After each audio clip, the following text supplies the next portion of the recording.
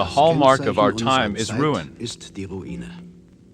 It surrounds our life. It lines the streets of our cities. She is our reality. It is the external symbol of the inner insecurity of the man of our time. The ruin lives in us as we live in it. It is our new reality that wants to be shaped.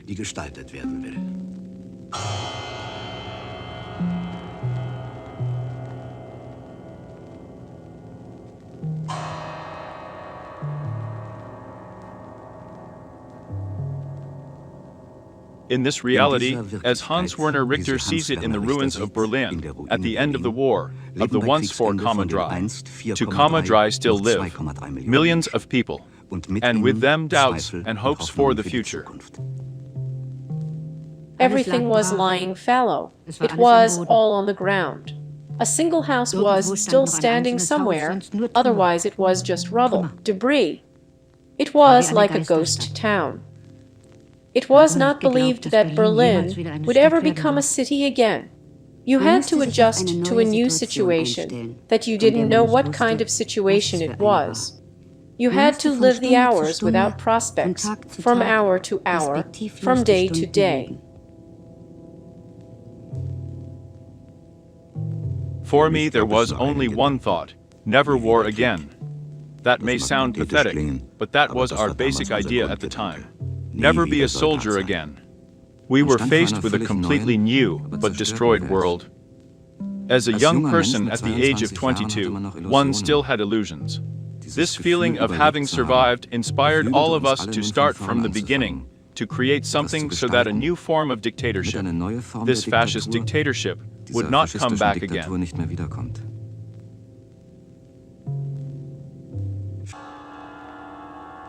Traces of Hitler's Thousand-Year Reich will be erased. Pithy sayings, signs of the past.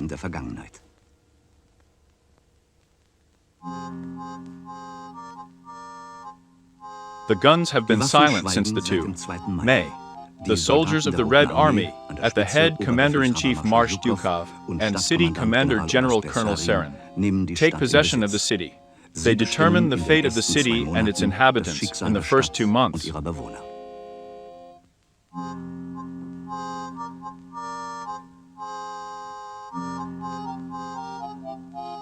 The Berliners had different experiences with the Soviet soldiers in the first days after the invasion.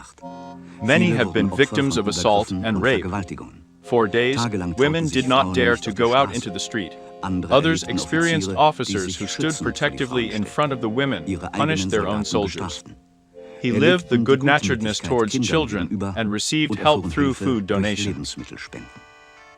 After 14 days, life has returned to normal, although the fear of arbitrary acts will reign for a long time. The first piece of information is in great demand, the first newspaper after days of uncertainty. At 15, the Daily Run Show, published by the Soviet military government, is published in May. At 21, May the Berliner Zeitung. On the same day, Berliner Rundfunk starts broadcasting.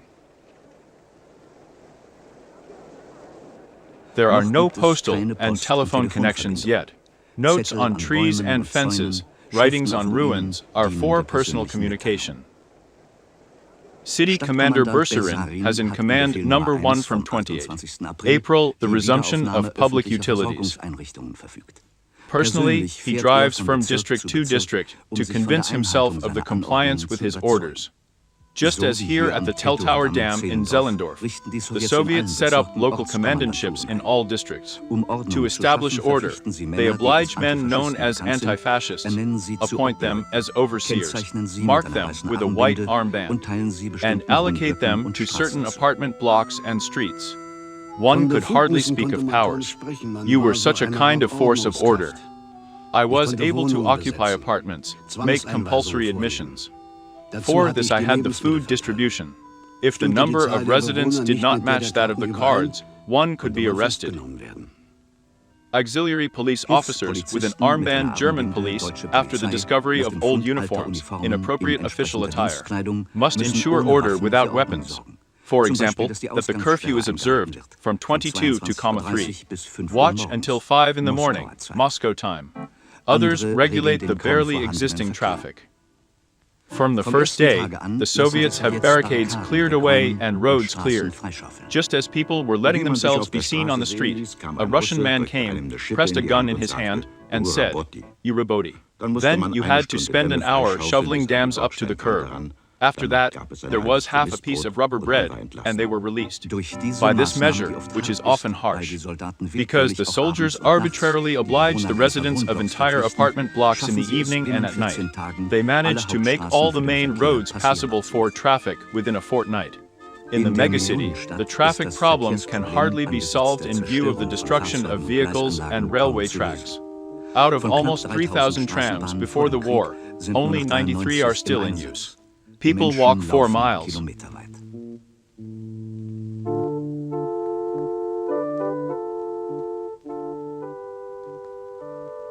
On one of the 19 buses that have been running since the age of 13. If this happens in May, they wait 4 hours. There were buses, although everything was very shaky. The tires had gone through, windows were not in it anyway. Sometimes the bus stopped. But somehow it was already possible to get through to the city center, although it took a very long time. Washing the whole body at that time. Only small amounts were allowed to be used, only what was needed for drinking and cooking. My mother, like many other women with babies, washed the diapers at the pump, without soap, with cold water. One had to be constantly busy organizing the most primitive things. For years, people had shouted in the war, prefer to eat dry bread, but the war must be over. So we stuck to it for the first few weeks and waited patiently. At the bread stand, everything was often sold out. Stamps were issued so that you would definitely get something the next day. Food ration cards have been around since the age of 15. It is divided into 5 categories, ranging from heavy workers to housewives. Card 5, called the hunger or cemetery card, is given mainly to the elderly and unemployed, 40% of the population. Everyone was trying to get food somewhere in the area. Once a month, I went to Hamster Door on Saturdays after work, in the evening, away from the Shichin railway station to the countryside. And often enough we were rushed from the yard with dogs. We ran until we got something. Then this towing to the station. Once I stood with my backpack on the running board, sometimes sat on the train. We had to expect that the Russians would take everything away from us. Have always had this fear. In the morning in Berlin, we went straight to work. Only in the evening the children got to eat. We have marked the bread with a knife in the family so that it is distributed fairly. In this time of need, I learned to bake cakes from potato peelings and to make liver sausage from yeast. Nevertheless, we were always hungry. What the Berliner saved in valuables, something useful is exchanged. A lot of things on the black market. Brunnenstraße, Potsdamer Platz, Alexanderplatz, Bahnhof Zoo, Reichstag are the meeting places for winners and losers. The first black market appeared with Mahorka and Russian cigarettes, with butter and bacon from the Soviet soldiers, who again exchanged with things they wanted to take with them, such as watches. It was pushed with gasoline, although there were no cars. It was strange business from the first days. To a Soviet officer, I sold a watch that went exactly only 1 hour. She was calibrated on that. Once I moved to Alexanderplatz with 100 cigarettes. As soon as I had sold 2, the piece cost 8 to 10 market. I was arrested by the Criminal Investigation Department. During the interrogation, I described my plight as an aspiring artist in blooming colors. That must have impressed them so much that they let me go again.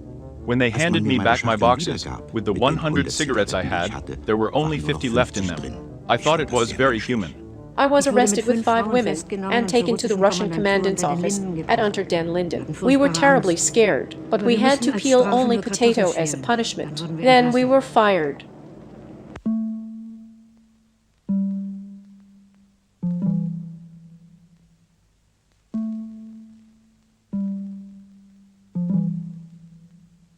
Since the end of the war, hundreds, thousands have been moving through Berlin.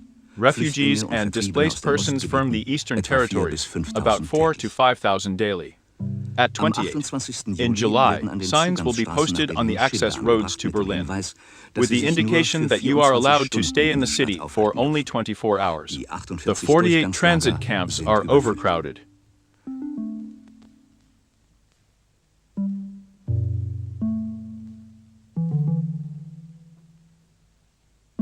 In August, 2.8 million people live in Berlin. The housing shortage is great. Of the 1,939.5 million apartments, 1,945 have a little more than half left. 1/3 of all houses are totally destroyed. Many people are forced to live in ruins, even if only one room is still habitable. The balcony becomes a growing area for tomatoes, is used for raising small livestock, and as a kitchen.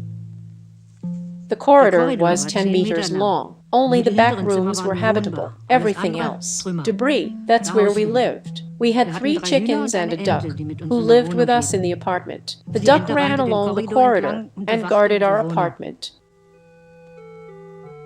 To be able to organize the work assignment for the reconstruction will be on the 29th.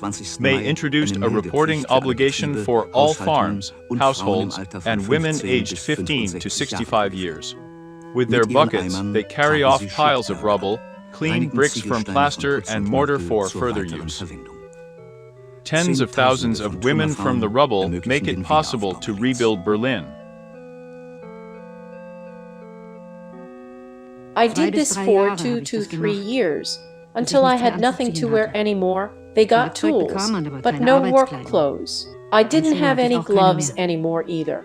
Our working time was from 7 to 5:30. We worked in all weather conditions in ice, snow, and rain. We only ate dry bread. One working column had about 15 to 18 women. This went hand in hand. Knock off the mortar, pile it up. The stones were paid according to the number of pieces. For 1,000 pieces of 12 to 13 marks, the salary was unimportant. The only thing that mattered was the better food menu. In the rubble, the women find so many pieces of wood that they can use as firewood at home. Others are looking for piles of war material that can be recycled at scrap yards.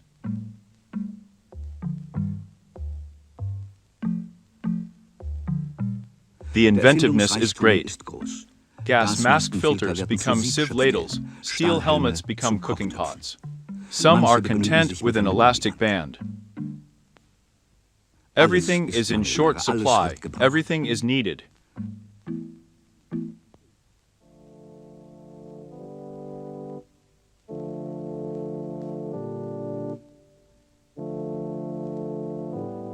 War equipment, remains of the last Battle of Berlin, are popular toys for children. Many are suffering from the consequences of the war. They were hanging around, had no home, or wanted to escape from domestic hardship. Some no longer had parents. Others, mothers who had to work, did not have time for them. Still other bad parents, who had a catch-up, wanted to enjoy and deported the children. To the cinema for 50 pfennigs. Many children learned early from the adults to organize something, to get wood, to exchange something. Many stole because hunger drove them to do so. The schools are still closed. Only from October 1945, there will be regular classes again. The children can be enrolled in school. Nevertheless, school operations start earlier, wherever possible. So in Charlottenburg, at the beginning of June. The building was destroyed. There were hundreds of children in the yard. That's the only place we could stay. As a teacher, an old, actually retired gentleman and a young disabled soldier came, so we were 3 adults for 700 children. We first piled up stones and cleaned up. I myself was sent to school without preparation and education. In the morning I gave lessons. In the afternoon I was for training as a teacher. There were no teaching aids, not even paper. Books with swastika stamps were lying destroyed in the schoolyard. We tore out individual pages to have teaching aids at all. The school meals offer a great incentive. The tin cup belongs to the school equipment like the folder.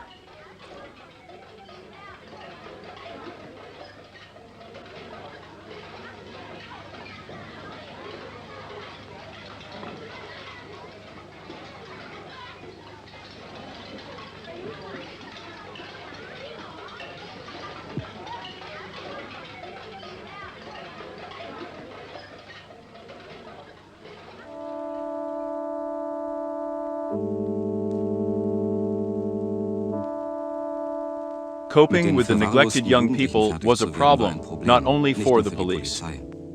We had to deal with gangs of young people who plundered coal trains at stations and on the routes, as well as food and potato trains. Their main goal was to get access to food. Theft was the main offense.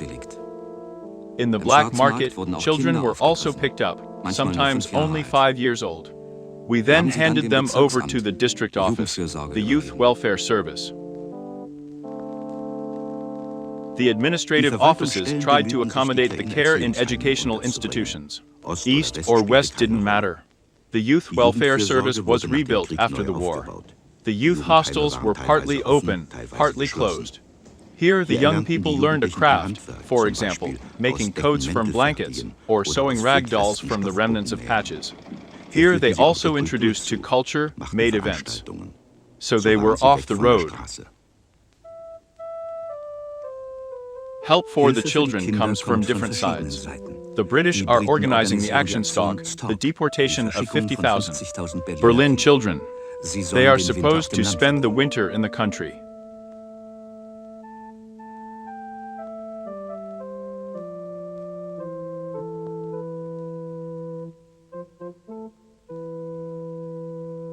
The Red Cross, Sweden, Switzerland, especially the USA help. The Quakers are sending food. From 1946, many Berliners can enjoy care packages.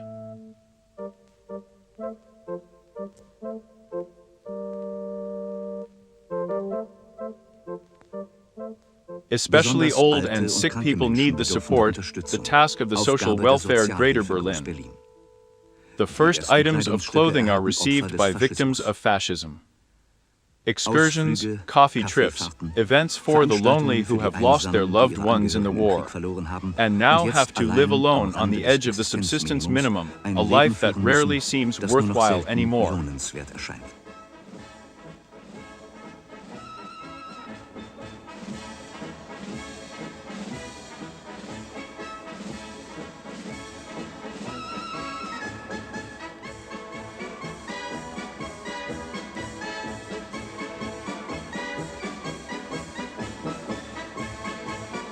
The management of the numerous social tasks in the city is in the hands of the magistrate. The mayor is the one appointed by the Soviets on the 14th day of the year.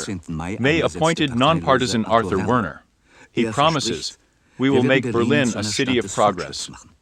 8 municipal offices are occupied by communists. They control all key positions.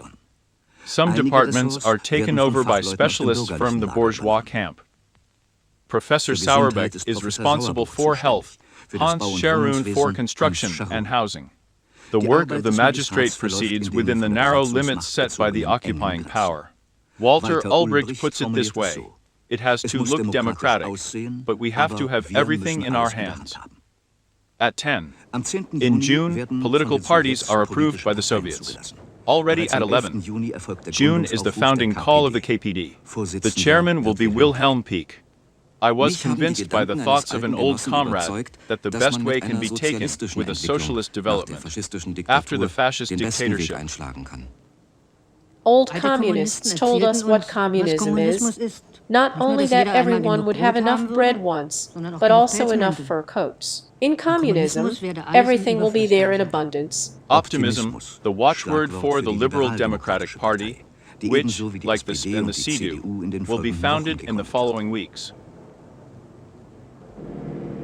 Party newspapers appear almost simultaneously. The Morning for the Lit-P, the New Time for the CDU. This publishes the newspaper Das Volk. The KPD publishes the Deutsche Volkszeitung. Classics of the culture they adore. The seagull, a gift from the Soviet to the artists. Everyone meets here, gets a hot meal every day, a food package here and there, a few jog. Eric Weinert will appear at the inauguration. Events of the Kulturbund take place in all districts, in small and smallest rooms.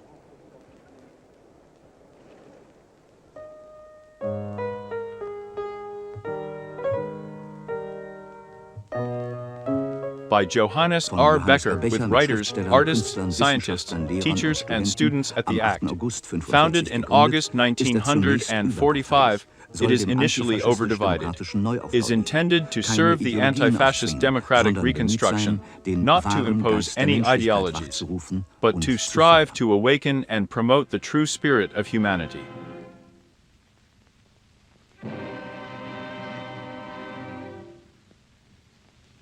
Culture 1945, A Culture on Ruins. Concert in the Grunewald Church.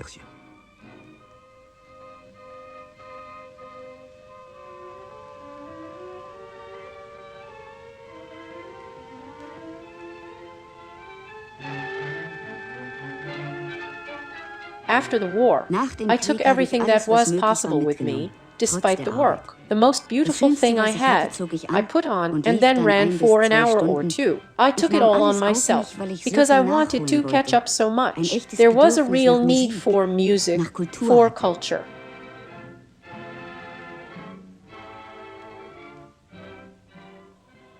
Impresses, Lessing's teaching piece on tolerance and humanism after 12 years of dictatorship. The game is played in every room that has been left standing. For example, in the Kunstlerhaus Zellendorf.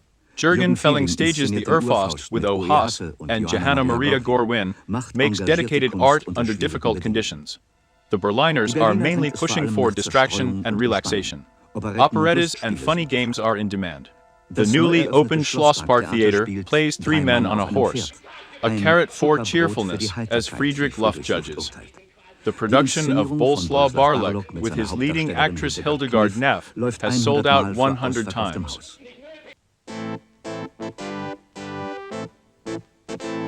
When the Americans, British, and French move into the agreed sectors of Berlin at the beginning of July at 45, they already find a halfway functioning city. Despite the relief that the population feels at the invasion of the Western Allies, at first there is a distant attitude towards the Berliners. In the American sector applies from 15 July, the birth of non-fraternization. Germany is occupied as a defeated fine state. The commanders should be fair in management, but firm and unapproachable. They should strictly prevent fraternization with the population. The winners will come to Berlin in the middle of the month. British Prime Minister Winston Churchill, American President Thoman.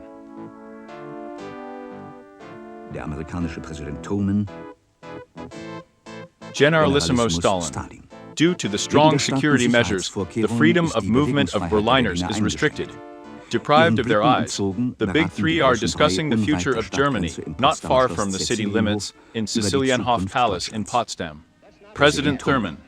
We are fighting for peace and for the welfare of mankind. For the welfare of mankind. We're not fighting for conquest. We want peace and prosperity for the world as a whole. For the world as a whole. There is no longer any talk of a division of Germany at the conference. It is decided to build a demilitarized, denazified, and democratic Germany.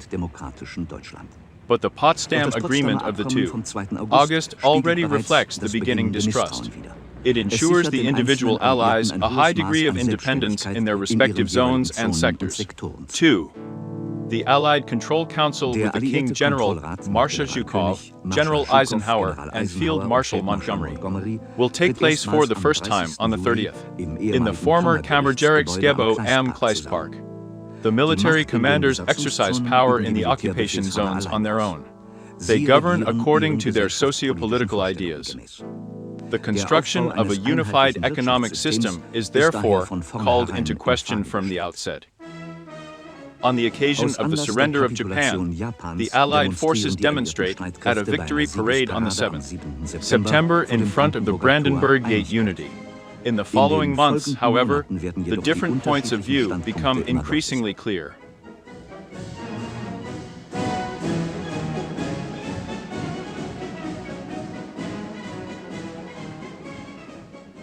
The four city commanders who govern Berlin still agree. At the world premiere of the film Operation Titanic, the Allies remain among themselves in the Titania Palace.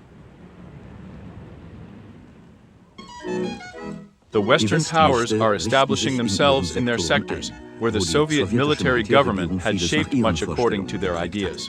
They approve their own newspapers, Daily Mirror, Courier and Telegraph, build wire radio studios. The first contacts with the population are not long in coming. The black market becomes a meeting place for the four Allies and the Berliners. An American cigarette brand, the Lucky Strike, to the monetary unit. There are many cordial contacts in the interpersonal area. The prospect of taking a little walk in the park or doing a little dance with the pretty Berlin women makes some G forget the ban on fraternization.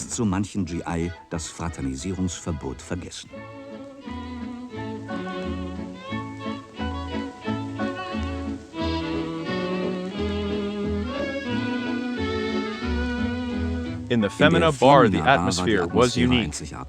There were newly rich people who had made money through the black market, Allied and German girls. They got closer to music, to American bands. We knew some things from the time before the war.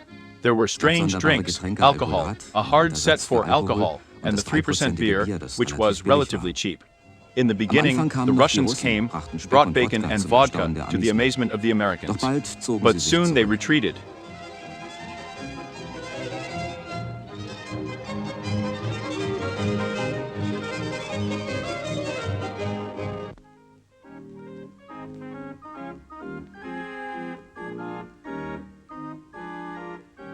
The spirits of life had awakened.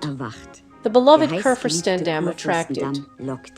The road was clear. The Kudamm had been cleaned up in a flash quickly. You put on the best you had. The Kudamm was guilty of this.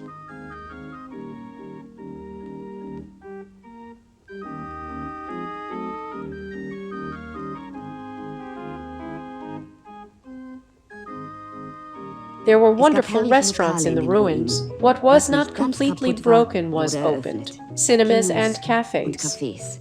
Here, you could already guess something of the atmosphere of this city again. You could go to artists' venues, sat there next to Hildegard Neff, O.E. Haas, and others. Summer 1945, 2 months after the end of the war. There is dance and music in every pub. The boys are full of hunger for life, want to dance, laugh, have fun. In some places you could even eat black. From 5 bottles of grain, we made 25 in different flavors, sold the bottle for 900 marks. It was illegal business, but illegality was always a bit there. Food and drinks were on food cards. We had to tape them up and settle them exactly with the authorities. Every dish was so, and so much brand value. 25 pancakes, which we once sold at a celebration without brands, were seized. We had to pay a fine of 500 marks, and were considered to have a criminal record. We were allowed to spend a water soup with sweetener and some jam, or dishes from potato peels without a stomach. The first post-war winter is approaching, and with it the fear of the cold. Everyone organizes combustibles. Ruins are being deforested. The Daily Run show recommends damaged windows and door frames, destroyed benches and cupboards in school buildings. The remains of trees in the park area. The remaining trees are sold in the Tiergarten.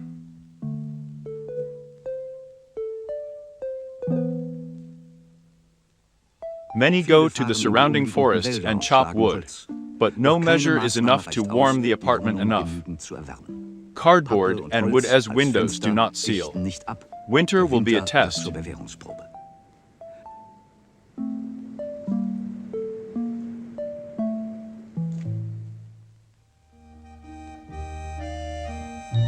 Christmas in the warmth and light of a fir tree is only for the Allies.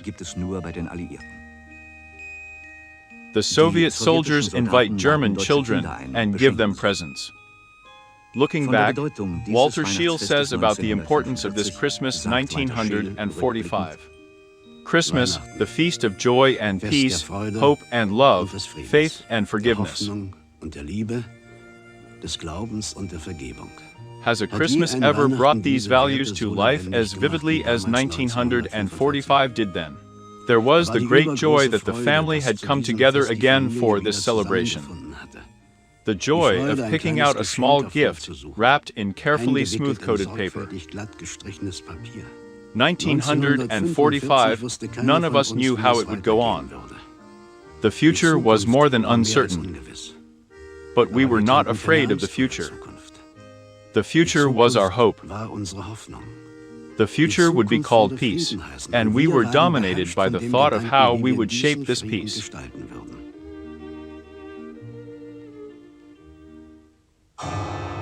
Berlin is building up.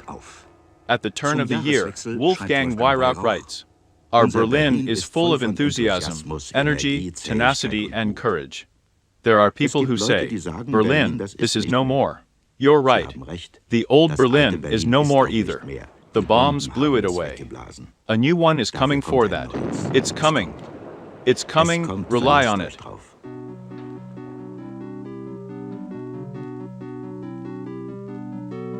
Klamottenburg is to become Charlottenburg again.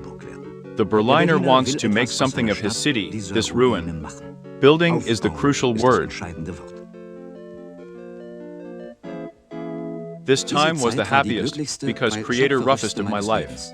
They worked for nothing meaningless as before. It was known that if you boarded up the windows today, they wouldn't fly out tomorrow like they did years ago.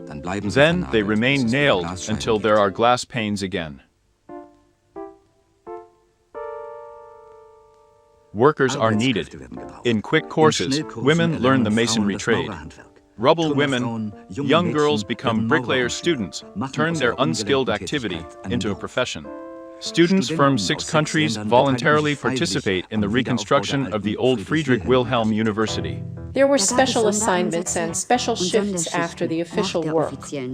If you have cleared stones somewhere, and they were immediately driven away, and you saw after weeks that houses were built with them, it was such an uplifting feeling. There was a belief in it. We have to manage this, and we will manage this. We are needed, each one personally. Voting for unanimity in construction, differences in politics. There is a split at the beginning of 1946. Kurt Schumacher is passionately fighting against the unification of the 2 workers' parties propagated by the KPD. This is the opposite of democracy, for which not only we fought, but which we were promised during the war for 6 years.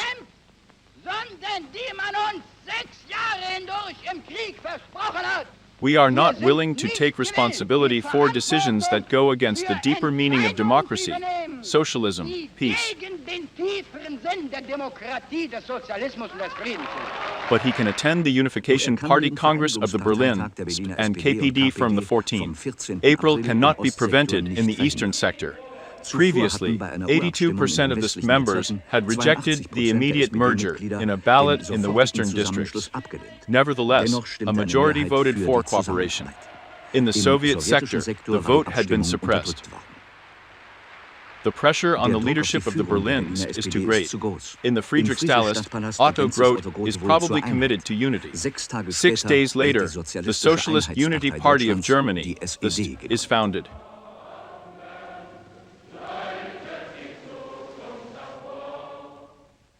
In the first years, the governing bodies of the party are equally staffed. Wilhelm Pieck and Otto Groth are the joint heads of the 14-member Central Secretariat. However, the most influential politician is Walter Ulbricht. The program of the CDU is explained by the chairman Jakob Kaiser, successor of Andreas Hermes, who was deposed by the Soviets. The German existence has been re-established. The purpose of our conference is to find ways and means that will help solve this question. To do justice to this concern, A new construction of our society and our economic order is required from scratch. Namely, a new building, the essential feature of which is the social. However, the essential difference in the worldview does not prevent us from working together with the men of Marxism in a common front for the reconstruction of our fatherland.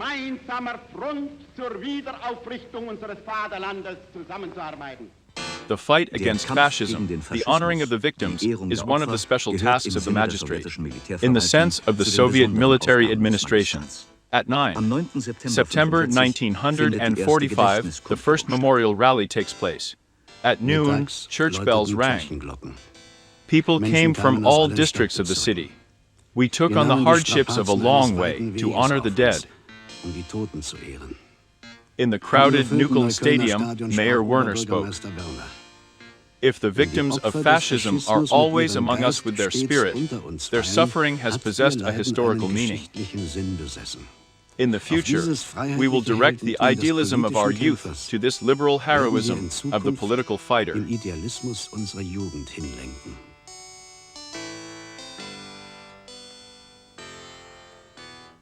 From 1946, a large-scale rally for the victims of fascism is held every year in the Pleasure Garden. Among the speakers, Countess Georg von Wartenberg, widow of one of the men of the 20. July. Members of the Jewish community are present. 55,000 of the Berlin Jews became murdered in the concentration camp. 1,500 survived in hiding with Berliners who sacrificed their own lives for them. Since the summer of 45 Jewish services have been held, the Jewish community has 8,000 members. Honoring a Jew, unveiling the memorial stone for Walter Rathenau, who was murdered here in 1922 by National Socialists. The political forces take a stand at the funeral service. Large-scale rally in Friedrichsfeld. This commemorates its heroes, Rosa Luxemburg and Karl Liebknecht.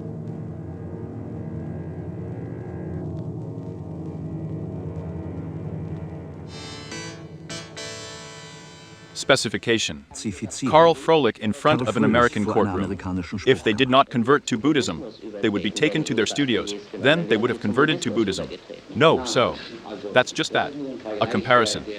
That one. To the extent that Buddhism is not a bad thing, National Socialism is a very bad thing. Well, yes. He also then tried very hard to push things forward, objectively, professionally.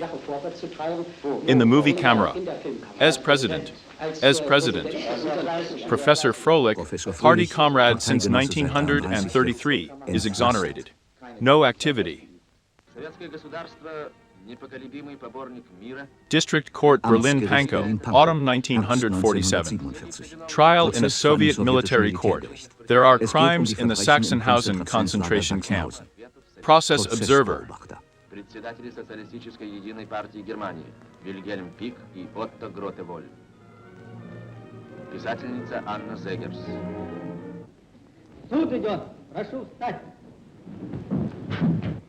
Charged with mass murder of 240,000 people are the former commander Anton Kiengel, as well as 15 camp leaders and overseers.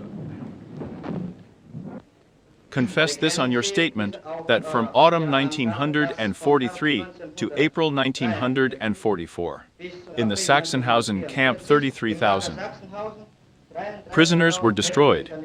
Yes, indeed. 33,000. To the prosecutor's question, he replied that they had 27 men shot in the camp. Were they German anti-fascists or other nationalities?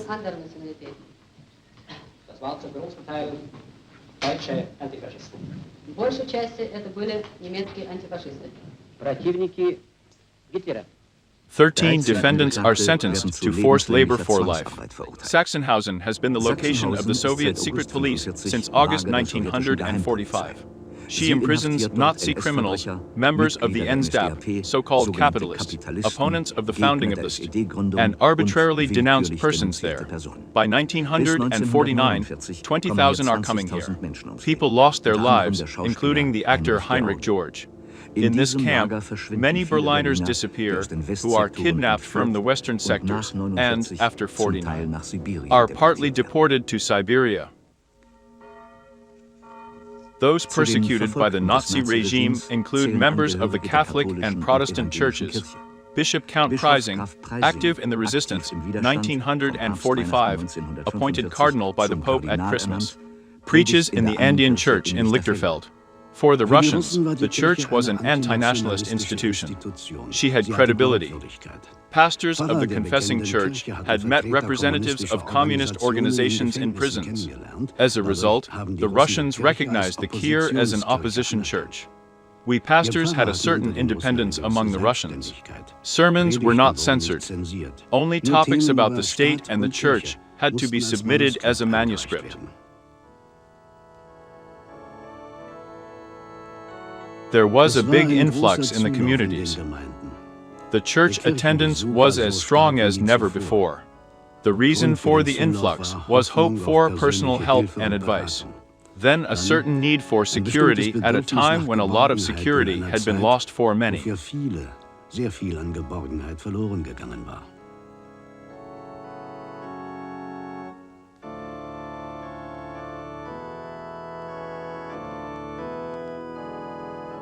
The Waldbahn, the venue for major events of both denominations.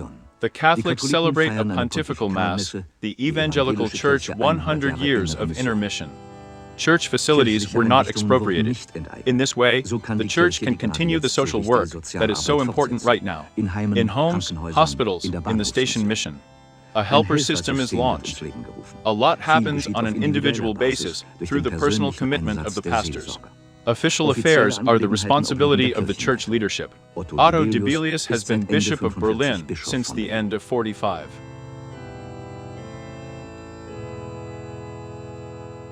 Hardships remain. Soviet Special Command dismantled 85% of industrial facilities from the later western sectors of Borsig. Siemens, Egg, Osram, and smaller factories in May and June. No bombs had fallen on our factory in Spandau. After the end of the war, my father, as a capitalist, was no longer allowed in on the orders of the Russians, none of us. The Russians dismantled everything, dragged out everything except the last tap, loaded valuable machines onto trucks. Important parts fell down, remained lying. Without these parts, the whole machine will not work. But they didn't care about that. After that, the factory was empty. The inventiveness of the Berliners leads to new, contemporary production with modest means. Airplane tires become shoe soles. A fresh start also at the Spandauer fabric. We got some material from the English. We exchanged some things for strawberries, which we grew on our property. From still existing sheets, we began to make bull furnaces. From cartridges, we began to make furnace pipes. And from oatmeal canisters of the Americans, we began to make watering cans. Buyers were private individuals, Spandauer. Word got around. Two watering cans were fighting against a file. So we slowly got back to tools, used old machines with 3 straps. It was only much later that entire production lines could be set up again.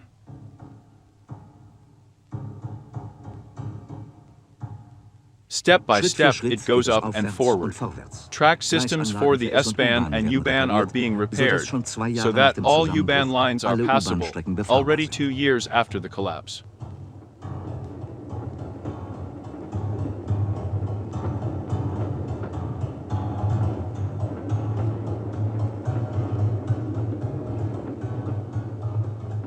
The Berliner is grateful that he no longer has to walk for hours on foot, even if the tram ride is still a rather bumpy affair. Public transport is still dependent for a long time. Private cars are registered only 1947. Taxis are initially reserved for allies. The Berliner has to come up with something for individual passenger transportation.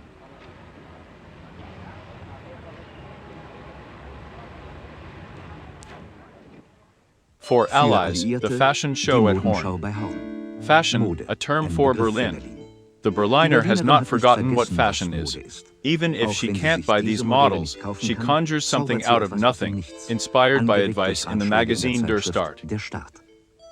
If you can't afford a new coat or a new autumn jacket, The patchbox will surely provide the material for a stylish handbag, which, worn gracefully, can console over time-related defects in the other suit. Girls in trousers are already part of the everyday street scene, and will become even more common with the increasing cold, to hide the stockings that have been stuffed several times. Silk Georgette by Horn. The Berliner processes other materials in a contemporary way. Old bags are used as fabrics, which become costumes. Tablecloths and curtains for dressing gowns. Red flag cloth from a camp with swastika flags becomes a bell skirt and a tablecloth for the Soviet commandantships. The previously separated black stripes of the swastikas can be sewn together to make handbags. There are dress cards, but what is offered there is often worse than what you make yourself. In the department stores, Hertie has already opened. There is already some sewing thread on the receipt.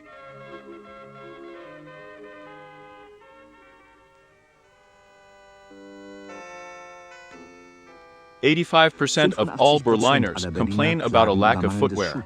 Parents have to cut open the shoes in front of growing children. Social welfare offices rarely issue a receipt for wooden slippers. In a special campaign, 4 to 5 couples per class are visited monthly in the schools.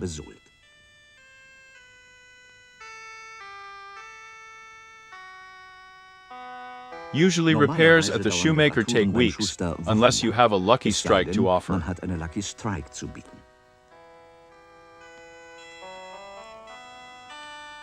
Swapping without cheating is the motto in the official barter shops.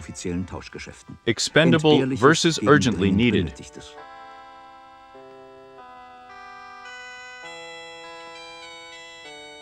Long queues form in front of the reception point for trunks. Homegrown tobacco, grown in the front garden on the balcony, can be handed in and exchanged here. All buildable areas, squares, front gardens are dug up and planted. The Hubertus Sports Field has become Kohlfeld. The deforested Tiergarten is intended for large-scale vegetable and potato cultivation. As a useful additional food source, the use of wild plants on fallow land is recommended. Daisy leaves, colt's foot, and plantain contain valuable nutrients and vitamins. Western countries help to ensure the supply of basic foodstuffs with generous donations. Wheat from the USA and Canada, dried milk from Switzerland. As a result, the situation in the food supply is slowly easing. What remained are family hardships. Thousands of children were lost in the turmoil of the war. Relatives are being sought through the Red Cross and radio. Horst Gerlach, born at the age of 4. May 1934 in Königsberg, Prussia.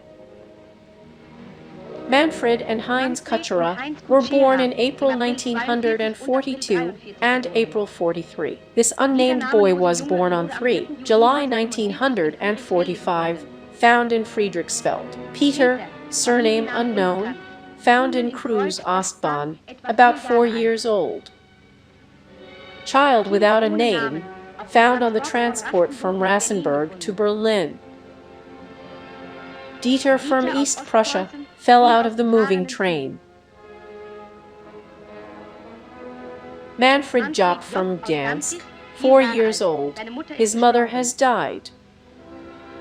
Jürgen Stoke, about 3 years old, is looking for parents and brother.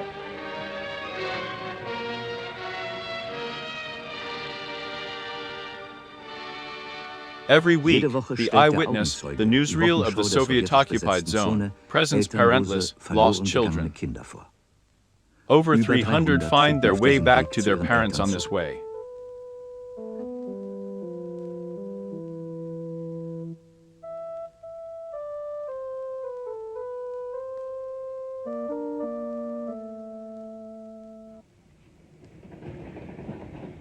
The men return home.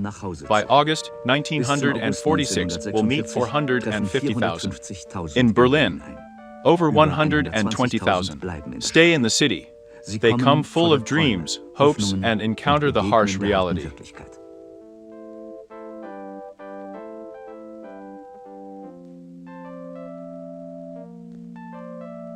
My husband was born on 2 November 1945, discharged from a Russian military hospital. When he came home, I had barely recognized him. It rang for me, I opened. I think, who is that? I arrived about these words. He was malnourished and full of lice, was always lying in bed, and was directly estranged. After 4 months, he then started as a caretaker at the magistrate. There were women who already had a husband and did not let their own one into the apartment anymore. Many blamed returning soldiers, blamed them for the defeat. The men lost their self-confidence. Emigrants are returning. Artists like Werner Fink, who were not allowed to perform in Germany for years. Friedrich Luft receives the well-known cabaret artist, who immediately adapts to the new situation. Now you are back in Berlin. You came here once 15 years ago. A lot has gone, but the discipline with which the brothers enter the election campaign in a hostile way is still there.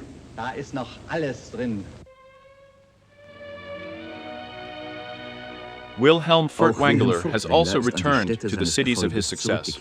After his denazification, he will conduct the Berliner Philharmoniker again from 1947. Now in the Titania Palace, the only undestroyed larger concert hall.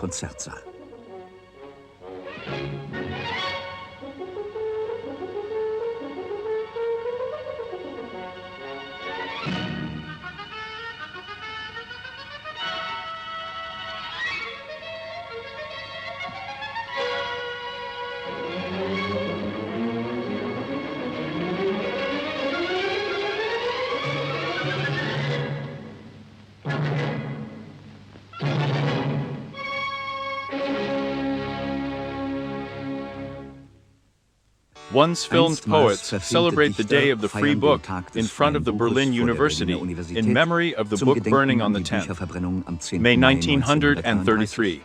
Dr. Alfred Kantorowicz, whose works fell victim to the fire, develops the idea for an annual cultural festival to express the spiritual German unity.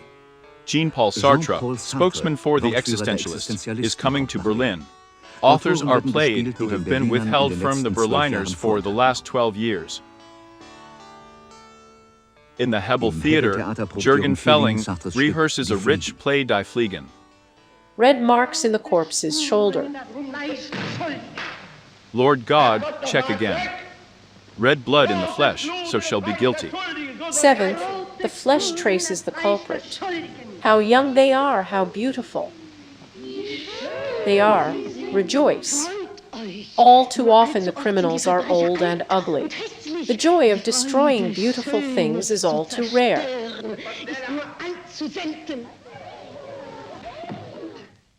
Released from the Soviet internment camp, Gustav Gründgens stages The Shadow of Yevgeny Schwartz in the Kammerspiel of the German Theater, starring on one side is the living life, on the other a shadow.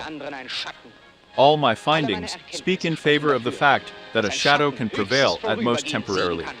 The world is based on us in living, active people. The choreographer of the Deutsche Staatsoper, Tatjan Jakowski, ignites enthusiasm with the Bolero by Ravel.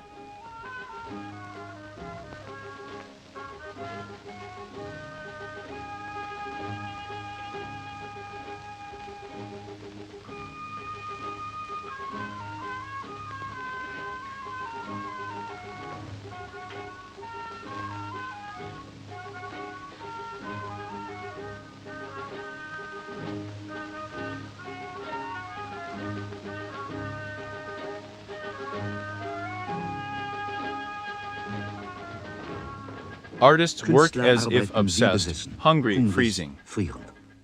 The main thing was to play for us. We would have accepted everything for this and would have done it for free.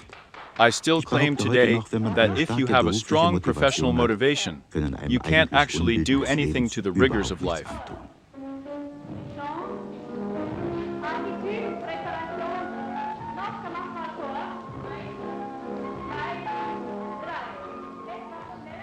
Berlin. The people who tried to cope with their dusty and miserable everyday life in it are still the inhabitants of a cultural metropolis. They continue where they were interrupted by bombing and occupation.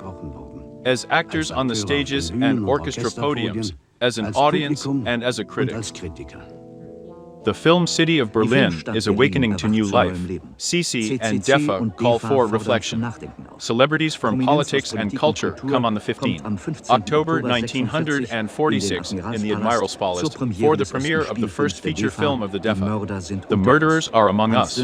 Hans Sanker, Gisela Uhlen, Werner Fink, starring Hildegard Neff. According to Paul Wandel, the city councillor for public education, the filmmakers have the task of searching for the truth and awakening the conscience. It must no longer be the opium of oblivion. 36 men, 54 women, 31 children, ammunition consumption 347 rounds. Was a desirable child. But there was war after all. So there was. Conditions. What do I have to do with it today? There is peace now. We have Christmas after all. Peace, Christmas. Man, my counting, my wife, my children, what do the children have to do with it?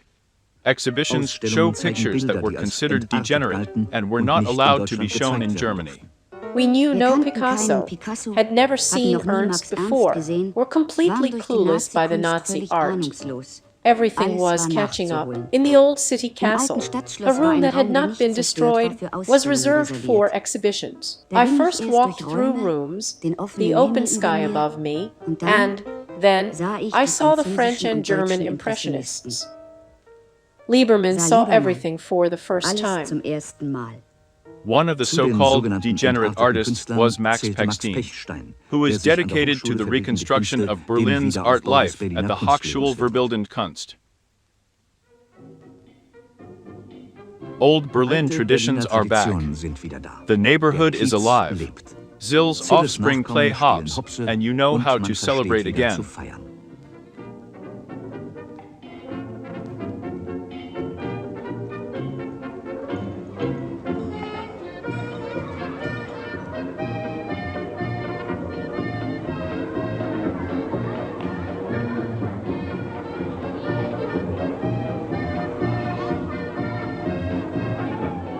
In the backyard, there are children's theaters and Schwerf. On stage, dancers swirl after Berliner Weisen. The Berlin Revues of Walter Kahlo and Paul Link celebrate their comeback.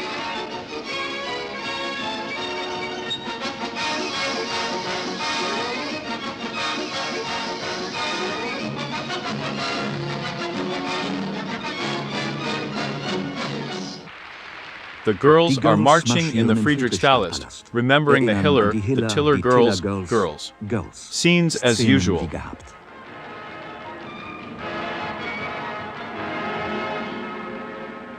The cabaret has Instead, right, left, west, east. The Berlin Bear does not care about this. The coat of arms of the city has remained for the whole of Berlin.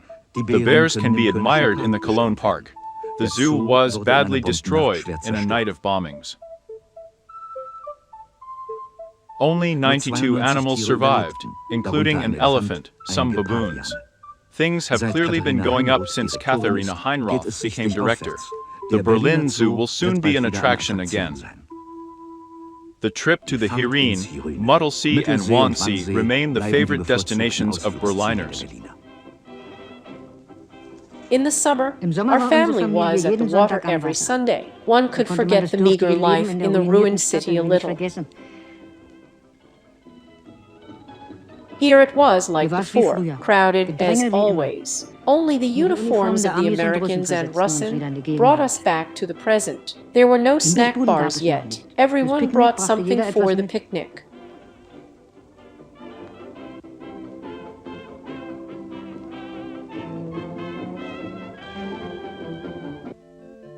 The enthusiasm for cycling races has a tradition, especially now because the bicycle is the most important means of transport during this period and a coveted object for thieves. Hildegard Neff takes it to the bedside. Stage designer Ida Maximovna puts it in the auditorium.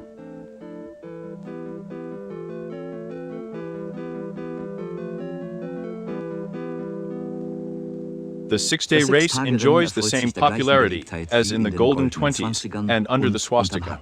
Sportpalast waltzes, the whistles are timeless.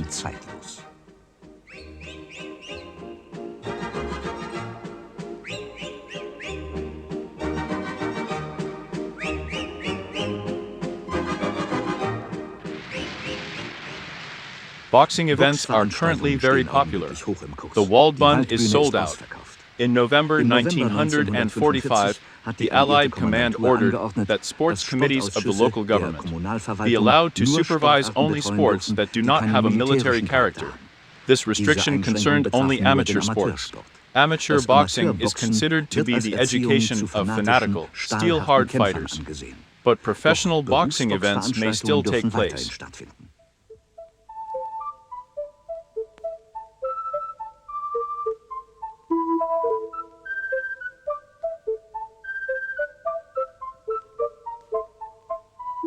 Internationally, it's back to red and white. Full ranks in the doubles with the Athlete of the Year 1947, Gottfried von Cramm. In the Olympic Stadium, only Allies take part in the European Military Football Championships. In the final, Great Britain and Czechoslovakia.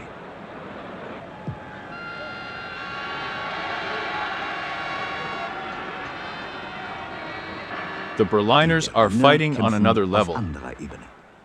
Berlin is facing the first free elections since 1933. The climate in the election campaign is irritated. The ideological dispute over the future of Germany dominates the discussion. We were outraged by too many posters of the communists. This was the only one to receive money, paper and paste. We firmed the spend secretly, when the paste was still wet, took something away, and pasted our posters over it, under the eyes of the Allies, on the 20. 1,946 million eligible voters cast their ballots in October. That's 92.3%. The party leaders are elected, the chairman of the newly founded Berlins, Franz Neumann, Jakob Kaiser. Together with Ernst Lemmer, chairman of the CDU, leader Otto Grotewohl, and Wilhelm Kulz of the Liberal Democrats. SED-Chef Otto Grotewohl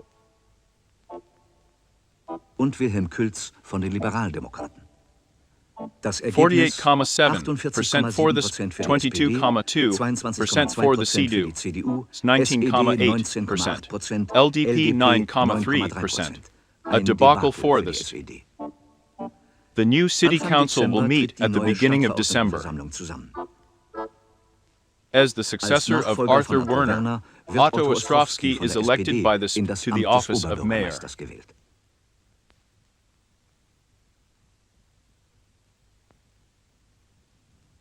The deputies are Ferdinand Friedensberg, CDU, Heinrich Ackerst, and Lucy Schroeder.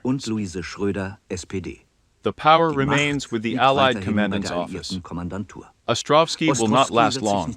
When he is accused of complaisance to the Soviet military administration, he resigns. The election of Ernst Reuters of April 1947 fails due to the Soviet veto. But first, there are other problems. After the friendly assurances and encouragement that we receive from the circles of the Allied powers, we can have the firm confidence that the ration card will not long become a daily torment for hundreds of thousands of people in Berlin. Unfortunately, it has to be said that little domestic coal has been able to get into the cellars so far. For the coming winter, the Social Welfare Office has been working on the preparations for months now, and these of his works are supported by increased foreign assistance.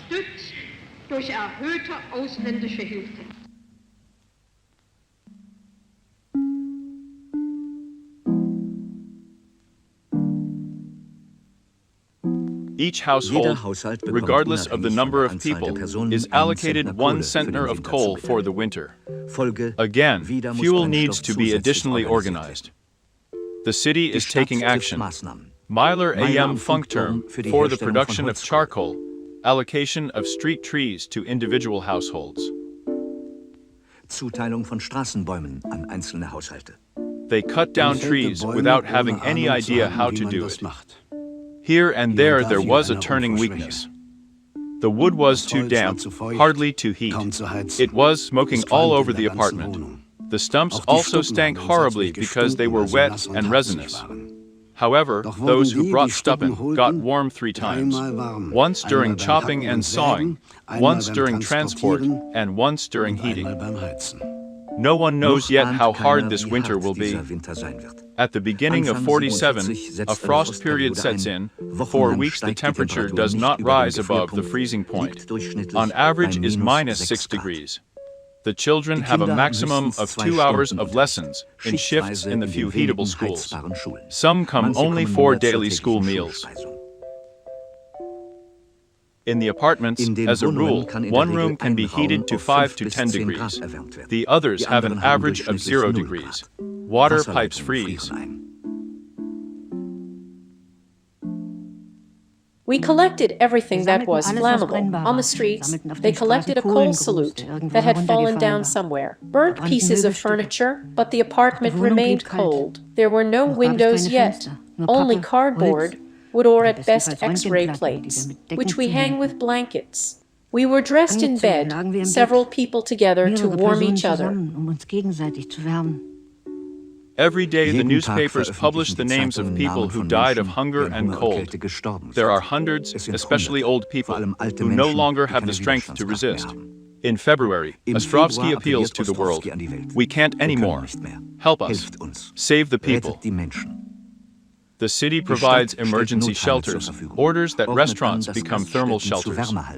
Lucy Schroeder calls for neighborhood help. Only in March the Berliners can breathe a sigh of relief. We got away with it again. Other concerns come to the fore.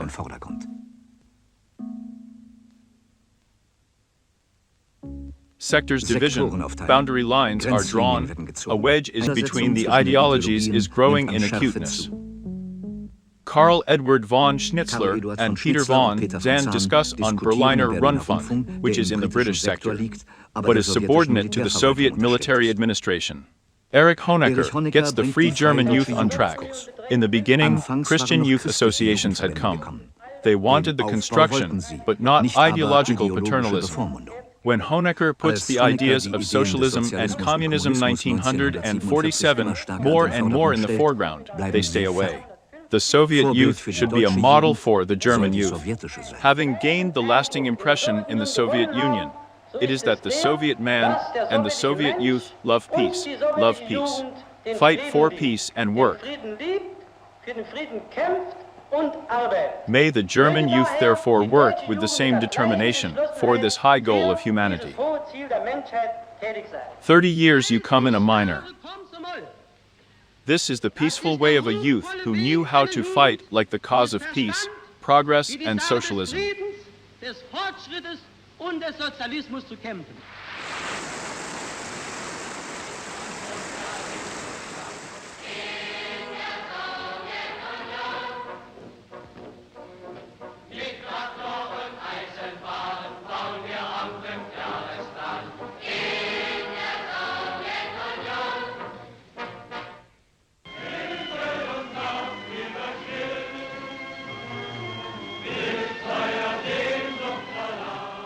The traditional rally of the trade unions on the one May becomes a political demonstration, representation of the opposites. One celebrates 1948 separately for the first time, the eastern sector in the pleasure garden. And again, the world is full of tensions. The imperialist warmongers see their time has come again to plunge peace-loving peoples into renewed misery. In the face of the division into ideological and powerful words, today, on the one hand, there must be, may the German working class resolutely emphasize its determined will for unity and togetherness beyond the borders of the zones. The German people must not again become the plaything of imperialist powers. Today, we want to raise our voice, like the liberation of humanity from murderous capitalism. The rest of the sector. The Berlin's Chairman Franz Neumann speaks of the Reichstag. They talk about the German unitary state and pull the stable on the Elbe.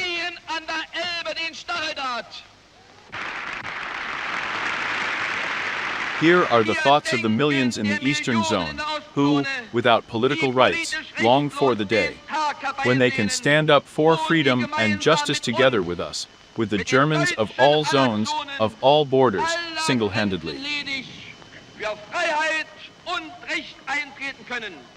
Anyone who wants with me that it should be the whole of Germany, that the friendship of all peoples should win in freedom, should confess it by his greeting from the Freedom Rally Berlin, from the giant rally on the one.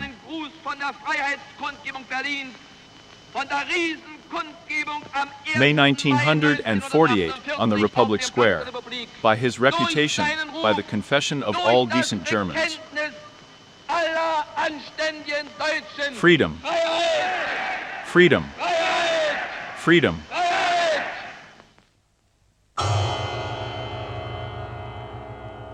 The path to the split is outlined.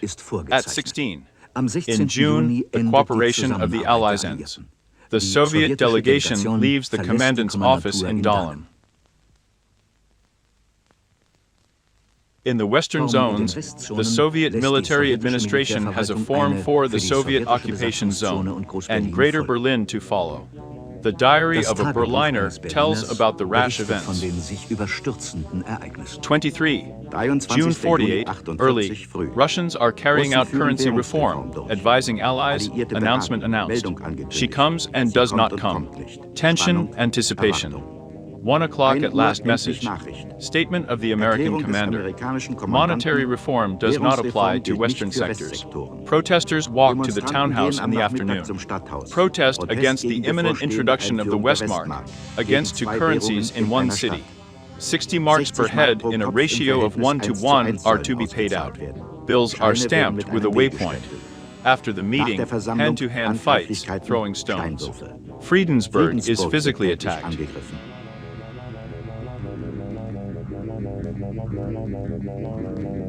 25. June, exchange action in the Western sector. The MP is ready to fire on armored scout cars through the street. The supply of Berlin is secured. Two currencies, consequence, East-West transactions, exchange offices banned in the Eastern sector. The Berliners no tricks. When they got margarine over there, they said that they were going over to their aunts. If you were asked, from whom did you get this? Then they said about the aunt. That was the winged word. The aunt's personal details were never asked. The blockade of Berlin. With this massive counterstrike, the Soviet Union is responding to the formation of a West German state, which was promoted by the Western powers with the currency reform.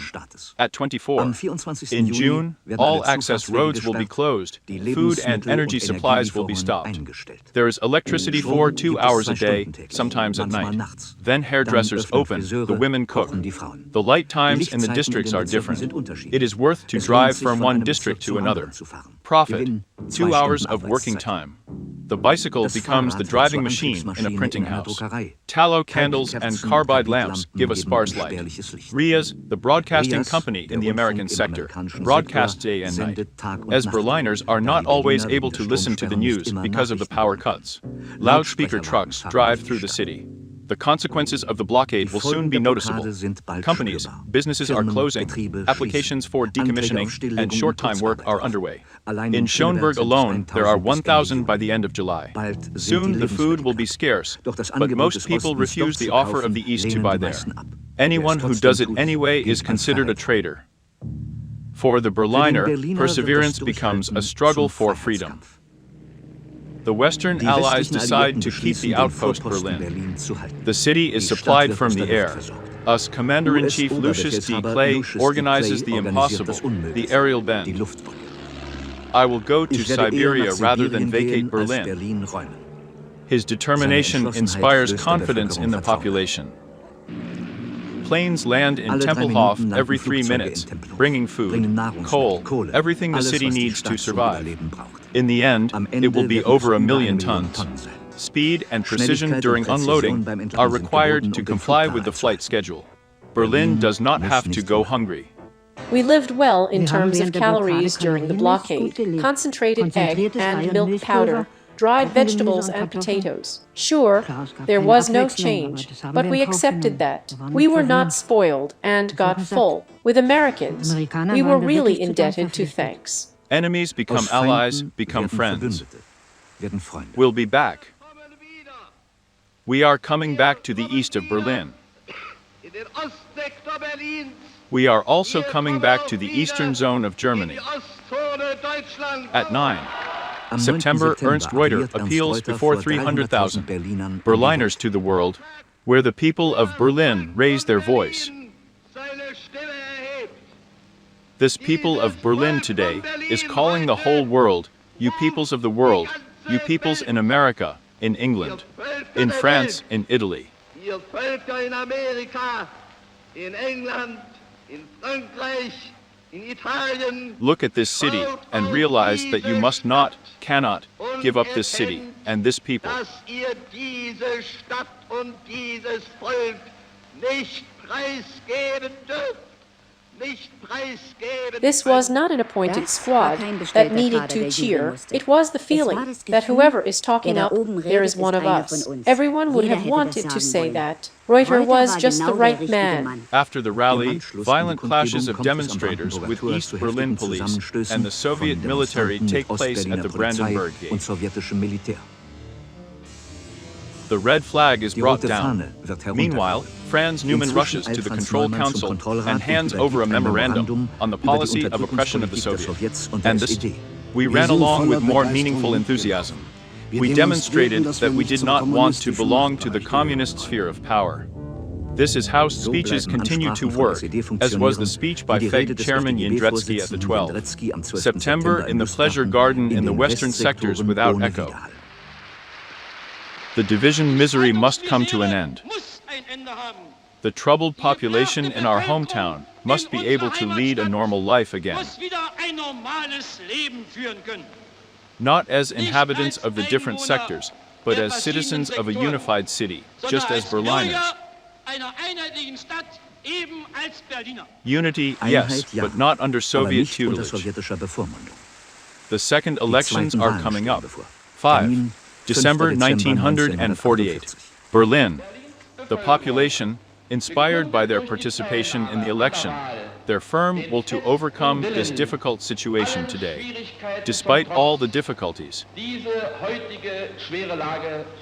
And hope that the outcome of the election on the 5th December gives us the opportunity to look forward to better times, not only in the west of Berlin, but for the whole of Berlin, and thus for Germany. The Soviet military administration is responding. At 30,01, she declares the magistrate deposed and forms a provisional democratic magistrate with Friedrich Ebert at the head. Unscrupulous politicians for whom Berlin is worth a war.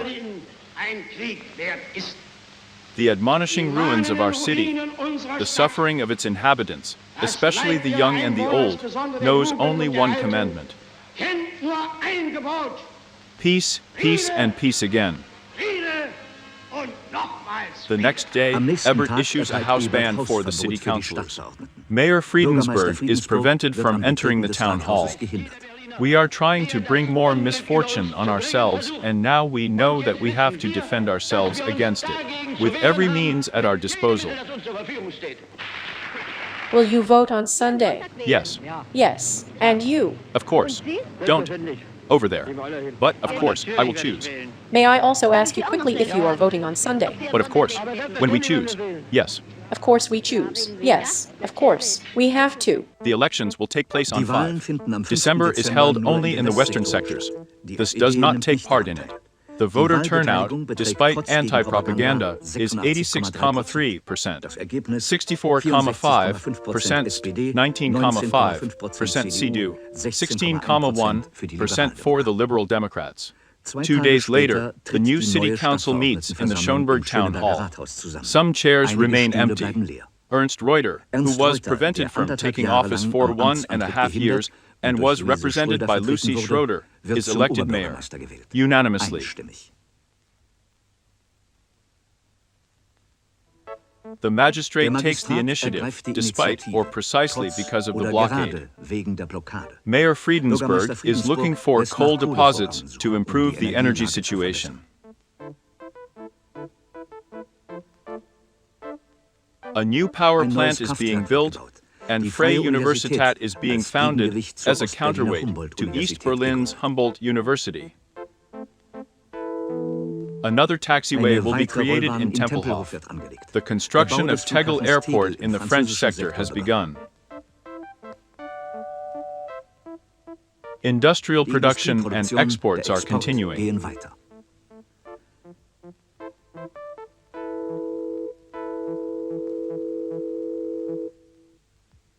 The struggle for freedom and the perseverance of the Berliners will be rewarded. The Soviets are giving in.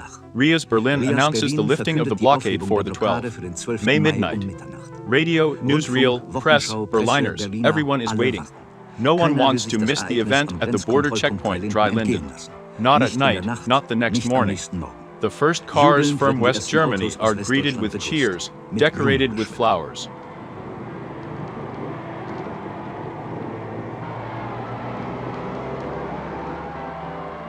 Berlin's connection to the West Zone has been restored. The city is no longer isolated. Hooray, we are still alive. Under this motto, the first omnibuses leave the city in the direction of the West. The thanks are due to the Western allies, especially Lucius Delay, who is now leaving Berlin. The lifting of the blockade is one of the greatest achievements that the free world has achieved in recent times. At the end of this period, there will be the restoration of a unified city administration with democratic rights. And at the end of this period, there will be the reunification of Berlin with the whole of Germany, and the reunification of East Germany with the rest of the fatherland.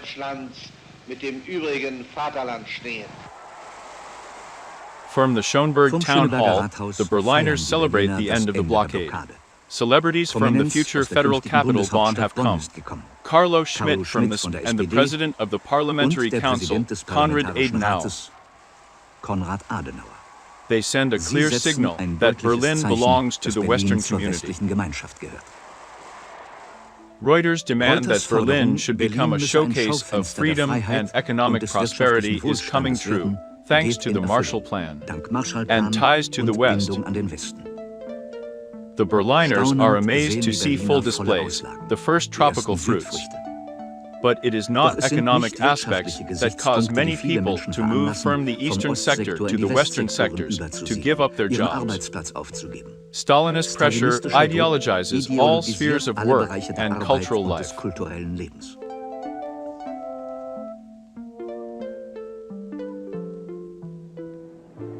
Others believe that they can realize their ideals, especially in the East.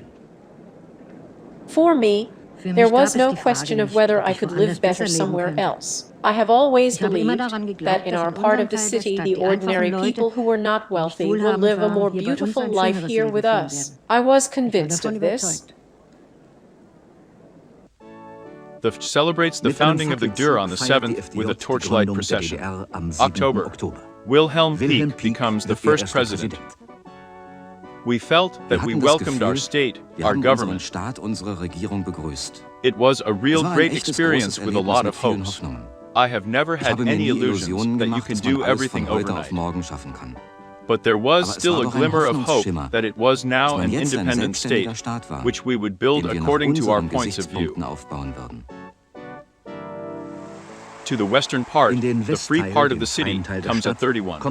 October, Federal President Hughes. After the foundation of the Federal Republic of Germany, West Berlin is included in its economic, social, legal and cultural system, but has a special status.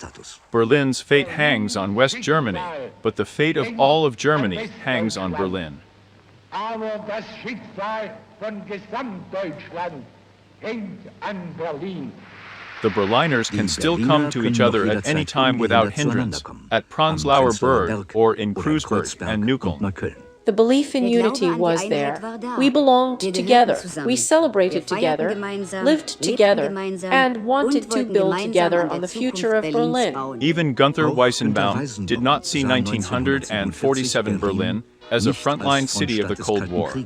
Our old, forced to its knees, Berlin can gain a new reputation in the world if it develops into a city of international reconciliation. Here lies our great opportunity. Berlin can become a bridge of international reconciliation, an international place of understanding between East and West.